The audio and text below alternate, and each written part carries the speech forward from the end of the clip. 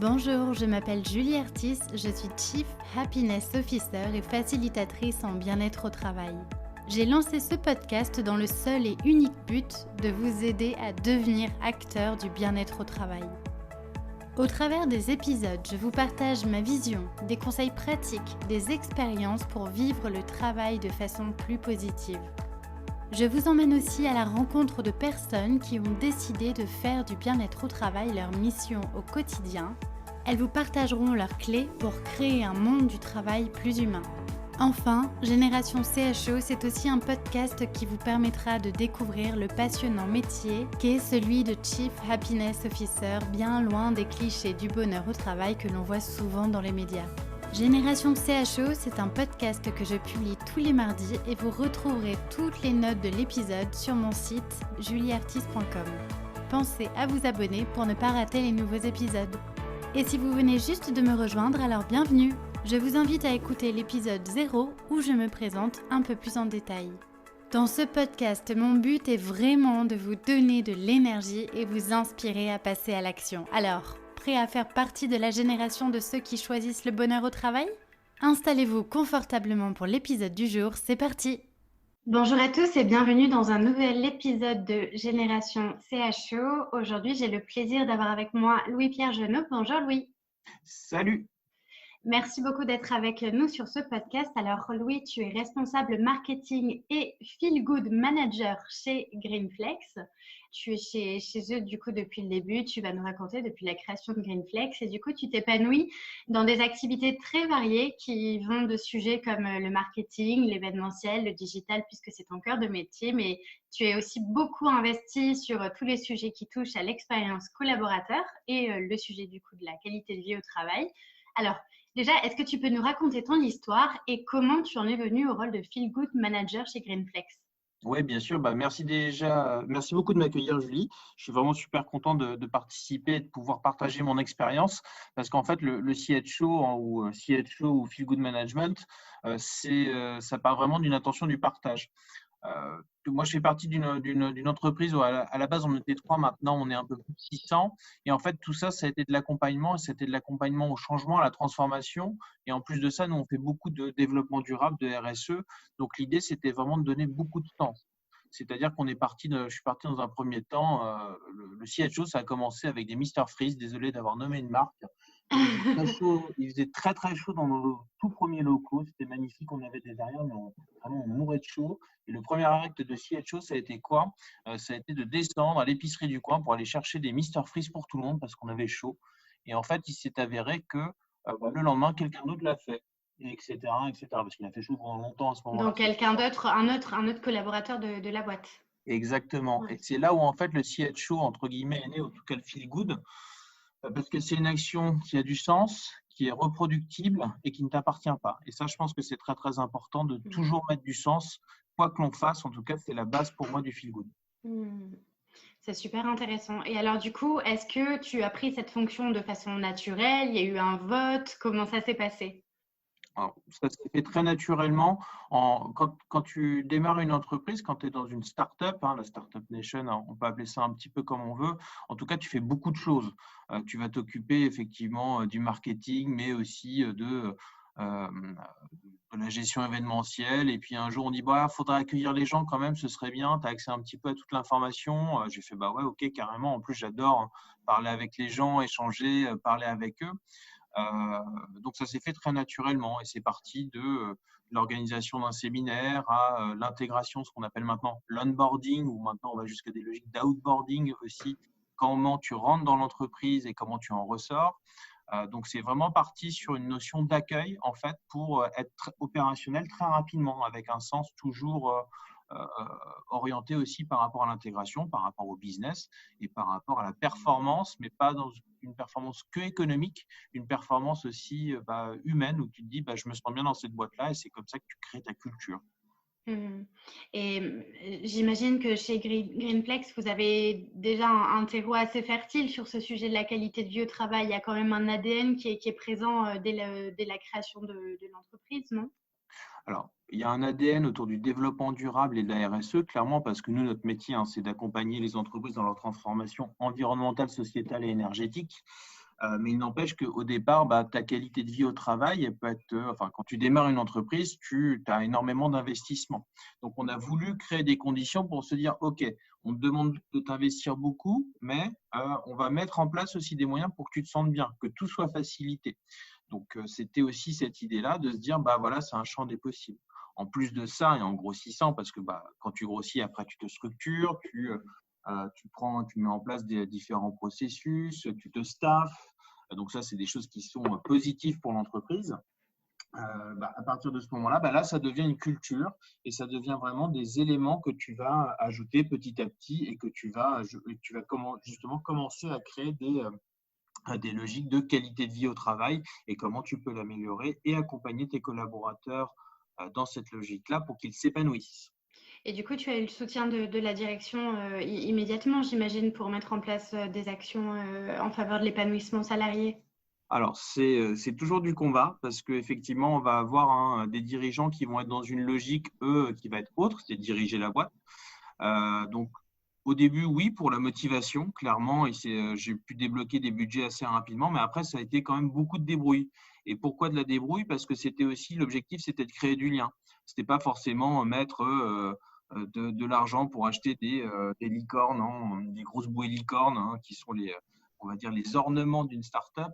C'était plutôt de se dire, tiens, comment on va faire pour organiser un déj-partage pour parler d'une problématique du gaspillage alimentaire, par exemple. Et ensuite, tu vas ritualiser ça et tu vas… donc, c'est beaucoup de… aller chercher tes budgets, oui, quand tu grossis un petit peu, et ça va dépendre des événements. Si tu réaménages tes locaux, après, les budgets sur lesquels je vais toujours les chercher, en tout cas, c'est sur les séminaires. Mais maintenant, c'est très, très intégré dans la culture de Greenflex. Donc, c'est quelque chose d'assez naturel. C'est intéressant parce qu'il y a énormément de personnes, moi, qui me disent « mais je ne peux pas faire grand-chose parce que là, j'essaie de démarrer des actions, mais je n'ai aucun budget. » Donc, je ne sais pas ce que tu en penses, mais du coup, on n'a pas forcément besoin d'avoir de gros budgets au départ pour commencer à faire des actions. Le plus important, c'est d'avoir le soutien de sa direction et de se sentir appuyé. Et ça, c'est le plus important. Typiquement, et effectivement, les budgets après viennent naturellement. Après, ça va dépendre des objectifs que tu vas avoir. Est-ce que tu dois fédérer? Est-ce que tu passes après un climat? Si tu as un climat social qui est tout pourri, peut-être qu'il faut le travailler d'une autre manière. Enfin, ça dépend vraiment de pas mal de problématiques qu'on peut rencontrer. Et je te pose peut-être une colle parce que pour toi, ça n'a pas vraiment été le cas, mais si tu te retrouves confronté à une direction justement qui veut rien entendre et que toi, tu as envie quand même de faire des choses, est-ce que tu penses que quand même il faut y mettre son énergie ou alors c'est perdu d'avance? Il faut comprendre, en fait, c'est toujours pareil. Si on comprend la problématique de son dirigeant, si on comprend quels sont son quotidien, ça va être quoi? Qu'est-ce qu'il doit gérer comme situation? Quel est le climat social? Quel est le climat économique de l'entreprise? On peut adapter et trouver des solutions qui vont être adaptées en fonction. De toute façon, quelle que soit la santé de l'entreprise, il y a toujours un besoin de motivation. Ça ne changera pas.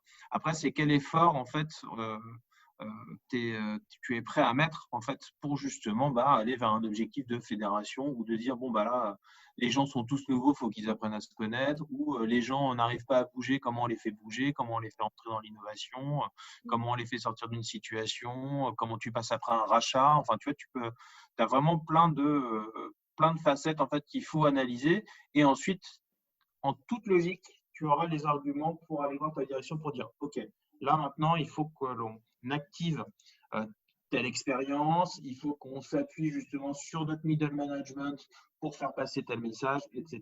etc. Donc, c'est vraiment en fait, l'empathie et l'écoute, c'est hyper important. C'est ça que je trouve chouette dans le métier de Feel Good Manager ou CHO, c'est que tu es aussi bien une interface avec les collaborateurs, avec les usagers, enfin vraiment avec les personnes avec qui tu vas travailler au jour le jour, qu'avec tes directions, RH, services généraux et bien entendu direction générale. Parce que quelque part, toi, tu peux avoir l'écoute, tu peux avoir leur écoute, ils peuvent entendre tes messages et ça, c'est hyper important. Et de même avec tout ce qui va être CSE, en tout cas les représentations sociales de l'entreprise. Est-ce que tu prends part aux décisions stratégiques globales de l'organisation sur ce sujet de la qualité de vie au travail? Peut arriver, mais j'accompagne surtout les décisions pour qu'elles se mettent en place. Typiquement, même si j'étais jugé parti, tu vois, on a décidé de passer notre siège en flex office, tu sais, ce nouveau truc très, très à la mode, Oui. besoin. Bon, après, c'est des logiques qui sont assez importantes pour les entreprises. C'est dans un cœur, nous, c'est dans le cœur de Paris, donc c'est pour ça que c'est une logique économique aussi qui était derrière. C'était aussi une logique d'expérience, de travailler vraiment d'une manière différente. Bon, bah là, j'ai pris part à la décision et j'ai mis en place aussi l'accompagnement au changement de l'ensemble des collaborateurs. Alors justement, par rapport aux actions que tu as mis en place, déjà tu as un peu ce double profil, puisque tu as une fonction à la fois dans le marketing et dans le rôle de feel good manager, ce qui est le cas pour beaucoup de personnes actuellement. J'ai l'impression, c'est souvent une double casquette qu'on a. CHO, mais on a déjà une fonction principale. Comment déjà toi tu fais pour gérer ton temps? Est-ce que tu as des journées dédiées à ça, ou ça ressemble à quoi un peu ta journée type? C'est plutôt par projet, en fait, ce qui va se passer. Là où maintenant, je dois être à 80% dans tout ce qui va toucher au feel good / comme interne, là où c'était beaucoup moins avant, c'est sûr et certain, mais c'est parce que l'équipe n'était pas étoffée, on était moins gros, donc forcément, il y avait moins de ressources. Là, aujourd'hui, je sens une bascule depuis quelques temps, et ça, c'est vraiment chouette parce que ça permet de se concentrer sur les projets de feel good d'une manière beaucoup plus importante. Et la double casquette, je pense, elle est essentielle parce que tu es toujours double. Enfin, de toute façon, toi, toutes les interviews que je peux faire, parce qu'il y a beaucoup de gens qui viennent me voir, tu vas me dire, ah, ça fait longtemps que vous êtes CHO ou feel good. Comment ça se passe pour vous? Comment ça se passe la transformation et tout ça? Est-ce que je leur dis à chaque fois que c'est important d'avoir un background, et je pense que le meilleur CHO, c'est celui qui connaît l'entreprise, qui connaît les rouages d'une entreprise en général. C'est-à-dire, je ne pense pas que tu peux être CHO, alors peut-être que je vais en décevoir beaucoup, mais être CHO à 22, 23, 24, 25 ans, je pense que c'est difficile. Sauf si tu as grandi dans l'entreprise et que ça fait 4 ou 5 ans que tu en connais ses rouages. Oui, je suis totalement d'accord avec toi. C'est vrai qu'il faut avoir une bonne perception de la culture, de l'ADN de l'entreprise, et vraiment comprendre effectivement ses fondements et comment elle fonctionne, et pour vraiment pouvoir mettre en place des choses qui sont concrètes et alignées surtout avec l'organisation. C'est ce qui est un petit peu délicat aussi quand on vient de l'extérieur, parce que tu sais qu'aujourd'hui, le rôle de CHO externalisé aussi se développe un petit peu. Et c'est vrai que c'est compliqué pour ramener des actions dans les entreprises si tu n'as quand même pas eu un certain niveau d'immersion dans l'entreprise pour bien connaître les rouages, comme tu dis, et mener les bonnes actions. Oui, parce qu'il ne faut pas être perçu comme la personne qui souhaite les anniversaires, enfin qui tient le calendrier des anniversaires et qui de temps en temps permet aux collaborateurs de boire du champagne, quoi. Tu vois, c'est beaucoup plus vaste que ça. C'est quand même un métier qui est beaucoup plus profond déjà. Parce que tu vois, j'en parlais pas plus tard que le week-end dernier avec des personnes qui sont vraiment dans des types de collaboration, d'expérience collaborateur. Et quand je leur disais que j'étais feel good manager, ils disaient, ah ouais, bon, ok. Ils disent, bon, moi, c'est pas un truc, oui, effectivement, c'est artificiel, quoi. Quand je leur dis, ah ouais, mais bon, c'est peut-être artificiel, mais quand tu as fait une croissance de 3 à 650 personnes en l'espace de 11 ans, c'est pas si artificiel que ça, en fait. C'est concret parce que tu mets en place des actions et parce que tu mets les rouages, tu facilites, en fait, l'information entre les gens. Donc, il y a aussi une acculturation auprès de professionnels qu'on peut retrouver face à des directions générales. Ça rejoint exactement ce qu'on disait tout à l'heure.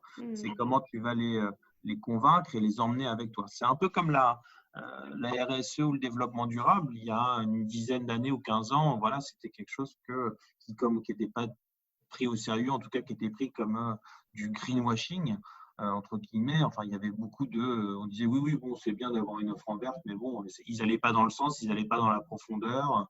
Alors qu'aujourd'hui, ça y est, enfin, c'est en train d'émerger. Donc, je ne dis pas que le CHO sera comme le développement durable, mais en tout cas, ça y contribue, comme ça contribue au bonheur, même si on n'est pas responsable du bonheur. Parfaitement en phase avec tout ce que tu dis. Et c'est très chouette de te l'entendre dire et de voir qu'il y a énormément de personnes qui pensent ça aussi, parce que c'est vrai que c'est quelque chose qui fait sens. Et effectivement, la RSE aujourd'hui, c'est plus ou moins intégré, bon, encore pas suffisamment à mon sens, mais ça commence à être vraiment intégré dans la politique des entreprises. Et c'est vrai que la mouvance de la qualité de vie au travail suit un peu cette tendance. De toute façon, la QVT, c'est un axe de la RSE, si je me trompe pas. Exactement. Ça en fait partie dans l'aspect sociétale. En tout cas, ce qui est sûr, c'est que les entreprises ont un rôle à jouer dans la transformation, justement, et pour lutter contre le réchauffement climatique en général. Ça fait un peu grande phrase, surtout aujourd'hui, où on est quand même sur la journée du climat, où on a Greta qui est présente là, dans les manifestations. Donc ça, c'est plus une coïncidence, même si ça va être un peu décalé avec l'enregistrement. J'en ai conscience. Oui, Et, de quelques jours. Ouais. Voilà, ça fait partie. En tout cas, les entreprises ont un rôle à jouer. Il ne faut pas se dire que voilà, je fais partie d'une entreprise où l'entreprise a un rôle à jouer et c'est vraiment un acteur qui est incontournable et qui accélérera très très vite la transformation. J'en suis convaincu. Et c'est intéressant parce que moi, c'est un axe particulier que j'ai envie de creuser aussi cette année où je me dis qu'en fait, on ne peut plus parler de qualité de vie au travail sans forcément se questionner aussi sur l'impact que l'entreprise elle-même a sur le reste du monde parce que tu auras beau avoir une entreprise qui chouchoute à fond ses collaborateurs, mais bon, si elle pollue dramatiquement à côté, c'est un peu du non-sens finalement. Il y a du non-sens, mais il y a aussi, il ne faut pas… faut ni insulter l'avenir, ni insulter le passé. C'est-à-dire que tu peux être une entreprise avec justement une logique de pollution. Peut-être que cette entreprise, elle veut se transformer, mais se transformer, tu ne peux pas te transformer du jour au lendemain. Donc tout ça, ça s'accompagne. Après, effectivement, ça devient des positions politiques et ça, on rentre vraiment dans un autre débat. Oui, c'est vrai. C'est savoir aussi accueillir la volonté de transformation. Et ça, c'est important. Et ça, c'est comme tout, tu te transformes. Alors, quand tu es une boîte de 10 personnes, tu te transformes beaucoup plus rapidement. Mais quand tu es une boîte un peu plus importante, ça devient un petit peu plus compliqué. Un peu plus long. C'est comme de dire à un pressing, si tu veux, tu vas arrêter de repasser, de mettre des vêtements nickel chrome parce que tu pollues beaucoup. Il faut trouver des solutions, comment tu accompagnes cette filière, etc. parce que les gens l'utilisent toujours. Alors que c'est assez polluant, mais c'est comment tu transformes une filière aussi. Alors, petit point sur la terminologie, tu utilises le terme Feel Good Manager plutôt que CHO. Exactement. Pourquoi ? Alors, parce que je considère que je ne suis pas responsable du bonheur et que le bonheur, c'est une définition qui est très, très personnelle. En revanche, je pense qu'on y contribue. Et c'est pour ça que c'est Feel Good Manager. Je trouvais ça plus joyeux en plus. Et je trouve que c'est plus la réalité parce qu'on ne peut pas… on ne peut pas promettre le bonheur, on peut juste se dire qu'un chemin pour y arriver à ta définition de bonheur, ça peut être, c'est du feel good. Et alors, raconte-moi un petit peu comment tu t'y prends pour jouer ton rôle de feel good manager. Est-ce qu'il y a des actions qui sont ritualisées de façon régulière ? Comment ça se passe chez Greenflex ? En fait, ça va beaucoup tourner autour du happening, dans le sens où le feel good, c'est vraiment de la facilitation des échanges entre les collaborateurs au service de la culture de l'entreprise. Nous, ça va se manifester tous les jours chez Greenflex par des grosses actions ou des petites actions. Actions, on va dire, quotidiennes, ça va être des gongs. On a un vrai gong chez Greenflex dans lequel on tape vraiment à chaque fois une affaire ou que l'on sort un gros projet de développement, que les geeks ont sorti un truc génial. Enfin bref, quand on a quelque chose à célébrer. On est vraiment dans cette culture de célébrer. Pourquoi ? Et puis, on tape dans le gong et on envoie un petit email pour dire, voilà, il y a telle équipe qui a travaillé sur tel projet et voilà ce qui se passe. Donc, ça permet de faire à la fois ce qu'on appelle une base de knowledge pour les collaborateurs, de savoir qui fait quoi et de mettre un visage sur un email. Et en plus, le gong, la première fois, ça surprend toujours. Et oui, j'imagine. un peu à droite. Il n'y en a jamais qui se sont plaints. Non, parce que c'est sur une base de volontariat. Après, on ne gongue pas toutes les affaires qu'on gagne parce que sinon, on n'arrive pas. Mais voilà, quoi. C'est un moyen de célébrer. La célébration, elle est quand même très, très, très, très importante. Oui, complètement. Ça va être ça. Ça va être aussi de l'accompagnement après sur des séminaires pour les managers en interne, pour l'ensemble des collaborateurs. Ça va dépendre des thématiques qui sont abordées. Donc, il y a beaucoup d'accompagnement. Donc, ça, c'est plus exceptionnel, entre guillemets. Et puis après, c'est au jour le jour, effectivement, des logiques de QVT et où tu vas avoir les classiques massage, l'ostéo qui vient. Là, on a fait un truc un peu rigolo. On est en train de monter une troupe de match d'improvisation, de théâtre d'improvisation. Donc ça, on a fait venir quelqu'un dans une séance inspiration. Ça, on en a, on va dire, à minima une par trimestre, même un petit peu plus. Et ça, c'était plutôt chouette parce que de là, d'une initiative de juste faire découvrir le match d'improvisation, comment l'improvisation peut t'aider au quotidien, et ben, tu as une petite troupe qui s'est montée. Et ça, c'est l'idée d'un collaborateur. Et donc, tu vois, nous, notre rôle au Feel Good, c'était juste de pousser cette initiative et puis de laisser la place pour pouvoir le faire, tout simplement. C'est ce que j'allais te demander. Maintenant, tu as impulsé un petit peu cette dynamique et aujourd'hui, du coup, il y a des collaborateurs qui proposent eux-mêmes des idées pour Oui. dynamiser un peu la culture. Ah oui, oui, complètement. Alors après, il y a beaucoup de logiques qui vont dans de la QVT. Ah, je voudrais plus souvent des massages. Bon, là, tu as des classiques, hein, tu vois. Oui. Et là, on fait la réponse du berger à la bergère. Mais des fois, tu as des pros. Tu vois, typiquement, on m'a parlé de l'ostéopathie. On a une petite salle de sieste chez Greenflex. Et donc, on la met à disposition à une ostéopathe qui vient tous les 15 jours pour que les collaborateurs puissent avoir leur séance d'ostéopathie. On ne prend pas en charge la session d'ostéopathie. Bon, via notre mutuelle, on le fait techniquement, donc c'est un petit peu différent. Mais c'est juste qu'on te fait gagner du temps pour éviter de sortir ou courir après le bureau. Là, tu peux le faire entre 12h et 18h quand elle vient et c'est quand même hyper pratique. Donc, tu fais un gain de temps. Ce que j'ai oublié de te dire aussi tout à l'heure, c'est quand on a fondé Greenflex, il y avait une des idées, une des 3 piliers de départ, c'était que, et je pense que c'est quelque chose qui est intéressant et c'est vraiment à creuser, en tout cas moi je le creuse depuis 8 ans, c'est comment l'entreprise est-elle elle aussi au service de ses collaborateurs. Et c'est vraiment un changement très fort sur lequel tu peux te positionner et quand tu pars dans cette logique-là, tu vois tous les bénéfices que tu peux apporter à l'entreprise et dans l'entreprise, je mets les collaborateurs, je mets vraiment tout type d'interlocuteurs, toutes les parties prenantes en fait au niveau de ton entreprise. Oui, c'est super intéressant parce qu'effectivement, c'est du donnant-donnant, hein. Chacun y investit du temps de sa personne. Donc, effectivement, ça va dans les deux sens. Qu'est-ce que l'entreprise fait pour ses salariés? Qu'est-ce que les salariés font pour l'entreprise? Exactement, Oui. exactement. Tu vas inverser un peu les logiques un peu ancien monde et ça, c'est après, faut chacun son temps d'adaptation. Enfin, c'est pas simple non plus, hein. Mais quand tu commences à rentrer dans cette démarche-là, tu commences à aller vers des choses qui commencent à être vraiment sympas et puis en termes de challenge, c'est marrant, quoi. Est-ce que vous avez réussi à créer une communauté Greenflex où il y a vraiment ce sentiment d'appartenance qui est très fort à la culture, à ce que représente l'entreprise? Il y a beaucoup de sens déjà dans le métier de Greenflex, donc ce qui permet déjà de fédérer assez facilement, sachant que nous, on a une moyenne d'âge sur le groupe qui doit être de 32 ans et sur Paris, c'est beaucoup moins, on est à 28, donc on a vraiment beaucoup de premier emploi ou deuxième job, donc c'est assez important. Et effectivement, ils ont créé une culture qui est assez forte. Où, ce qui est chouette, c'est qu'au finish, la culture qu'on a créée quand on était de 50, 100 personnes, 150, où tu maîtrises, tu connais tout le monde à peu près. Là, maintenant, en étant 650, tu vois que ça a infusé et en fait, il s'autogère. C'est pour ça que je reboucle un peu avec l'exemple de tout à l'heure avec ces bâtonnets glacés. C'est qu'au finish, tu crées quelque chose et en fait, les gens se l'approprient. Et tu sais que tu as réussi au moment où ils se l'approprient, où ça te dépasse, en fait. Et c'est ça. Alors, ça te dépasse, c'est-à-dire que ça se gère tout seul. Hein. Quand ça te dépasse, après, c'est pas forcément le bon terme. Mais en tout cas, c'est vraiment quand les gens sont en autonomie et font eux-mêmes, tu vois, leur opération de feel good, de CHO. Et ça, c'est quand même chouette parce que ça, c'est une problématique que tu peux avoir. C'est quand tu vas avoir des bureaux qui sont, quand tu n'as pas de CHO en local ou tu as un petit bureau de quelques personnes, tu ne vas pas forcément. Tu peux pas aller les animer, donc il faut que tu trouves un relais sur place. Ça fait partie de mes prochains défis pour les prochaines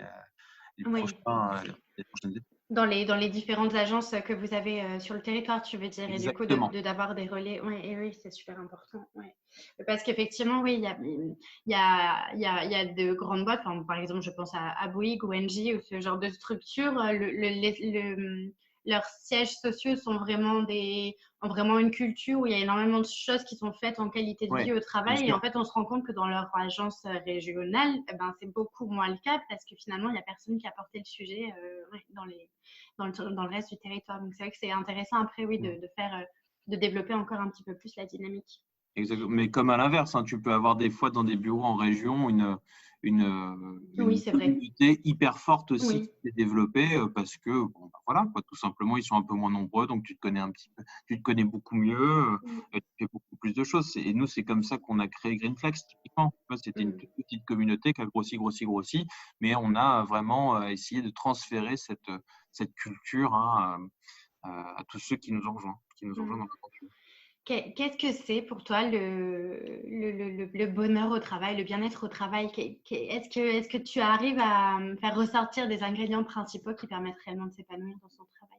À mon humble avis et de ma vision et de mon expérience, c'est à partir du moment où tu trouves du sens dans ce que tu fais, tu trouveras du bonheur, tu trouveras du bien-être. Enfin, ça, c'est la condition sine qua non. Mm. Et ça, c'est à partir du moment où tu trouves ça et tu arrives à le décliner, bah, quand tu le déclines sur, que ce soit sur de la QVT, que ce soit sur des actions de rassemblement, que ce soit sur de la fédération, à chaque fois, ça fonctionnera, c'est sûr et certain.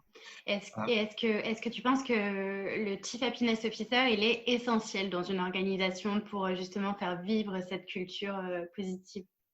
Alors, je pense qu'il doit être identifié parce que je pense qu'il y en a toujours un qui est toujours masqué et des fois, on ne sait pas qui c'est, mais il y en a toujours un ou une qui fait le job. Ça peut être au niveau de l'assistant de direction, ça peut être aux achats, ça peut être les services généraux, ça peut être à la com. Il y en a toujours, et je pense que c'est important de l'identifier parce que ça permet de, sans remplacer des RH, sans remplacer de la com interne, sans remplacer des services généraux, sans remplacer de la RSE ou du développement durable, ça vient fédérer tout ça. C'est-à-dire que c'est celui ou celle qui va faciliter les échanges, qui va pouvoir donner de la visibilité à un service d'innovation, qui va pouvoir enclencher toutes les actions de RSE au niveau de l'entreprise qui a besoin de les développer, de les déployer. Bref, c'est vraiment le facilitateur et on va dire, c'est la personne qui va augmenter tous ces services-là, mais en les mettant tous ensemble. C'est pour ça que le CHO ou le Feel Good Manager, on va le retrouver dans plein de services à la fois, souvent à la com, souvent en RH, de temps en temps aux services généraux. Mais en gros, généralement, enfin, je ne sais pas, là, je pense que ton expérience t'en rend compte plus que moi, mais je pense qu'ils viennent à peu près tous du même domaine. Oui, Et, oui. c'est pour ça que ça dépend de l'étude de l'entreprise. Ouais, et puis c'est vrai, comme tu le dis, il est encore difficile de dénombrer réellement aujourd'hui les personnes Oui. qui sont CHO parce que, en fait, il y a tellement de qualités humaines innées chez plein de personnes qui sont finalement Chief Happiness Officer dans l'âme et qui C'est ont des ça. actions un peu QVT et qui le font sans même le savoir, en fait. Exactement, Mm. exactement. Mais bon, en tout cas, oui, selon toi, on a quand même besoin d'avoir un petit peu des personnes moteurs dans l'entreprise pour porter ce sujet.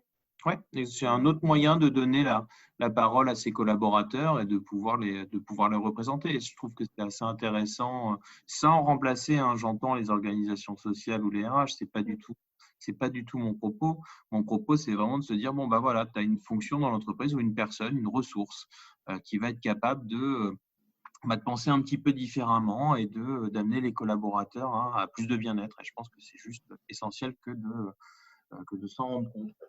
Et qu'est-ce que tu réponds à tous ces détracteurs qui disent que un CHO, ça sert à rien, que c'est superficiel, que ça fait le boulot d'un RH ou d'un manager? Est-ce que tu arrives à répondre à ça, toi?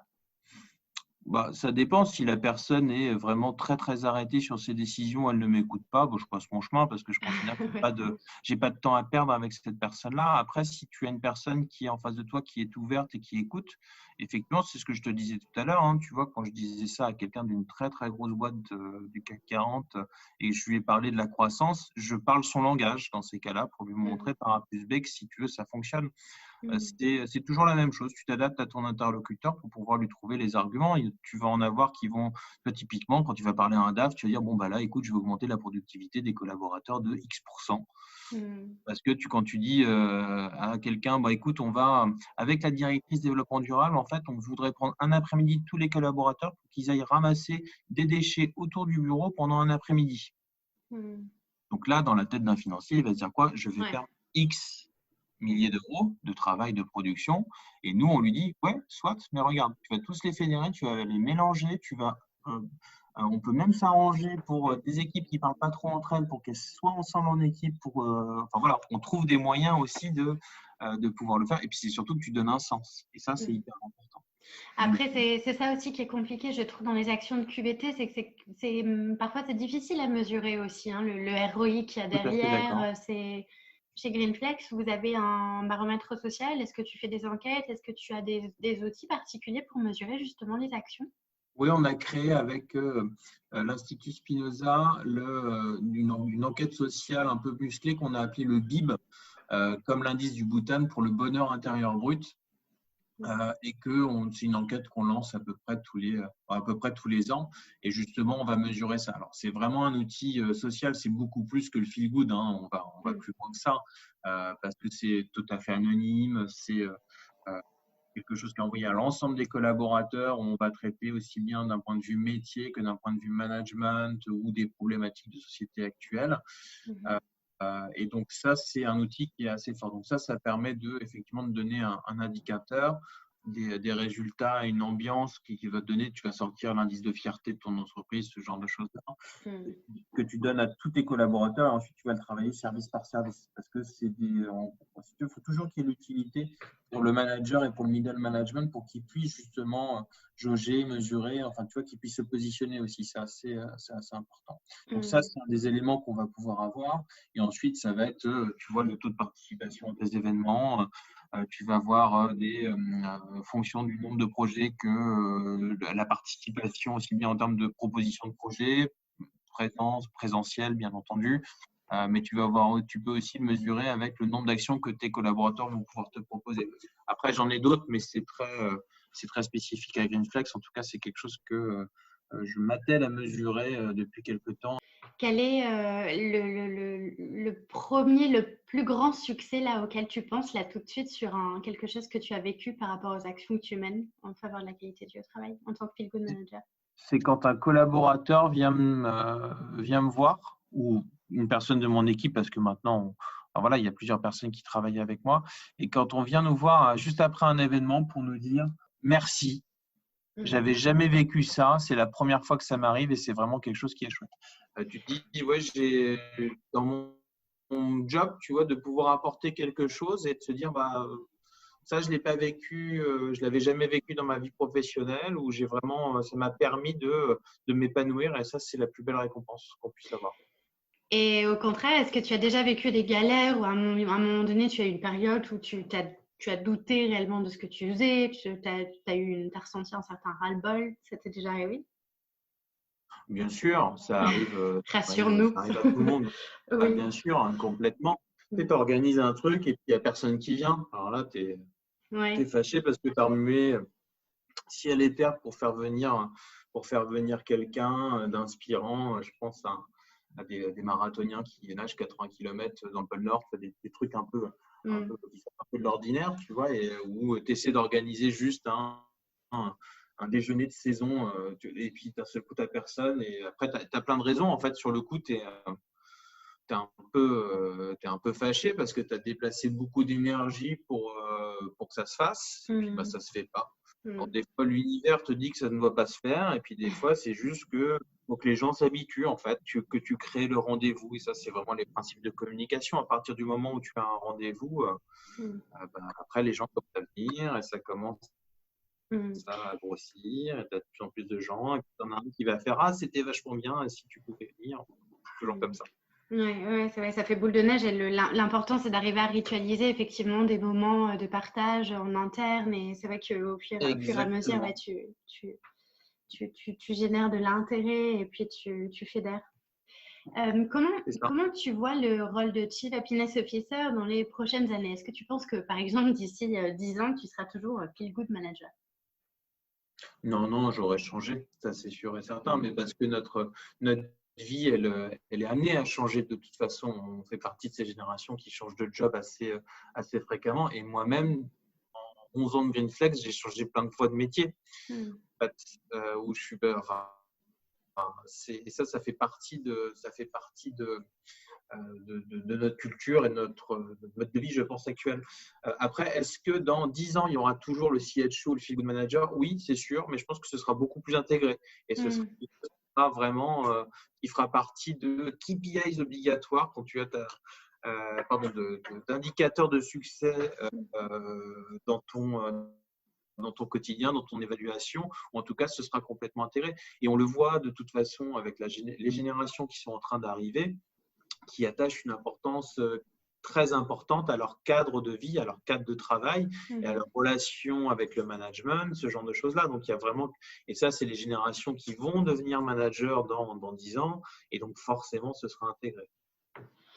On arrive presque au bout de ce podcast. Louis, est-ce que pour ceux qui nous écoutent, tu aurais des conseils à partager pour ceux qui ont envie de passer à l'action en entreprise et peut-être devenir feel good manager? Eh ben, passer à l'action, je pense que c'est le meilleur conseil que je peux vous dire. Si vous pensez que ça peut apporter quelque chose de bénéfique, testez-le auprès d'une ou deux personnes et puis lancez le mouvement, tout simplement. Je pense que c'est ça c'est la première chose à faire. Et voilà, le plus important, c'est d'être à l'écoute, de comprendre quel est le besoin ou quelle est la problématique dans mon service, dans mon entité, ma business unit ou mon entreprise.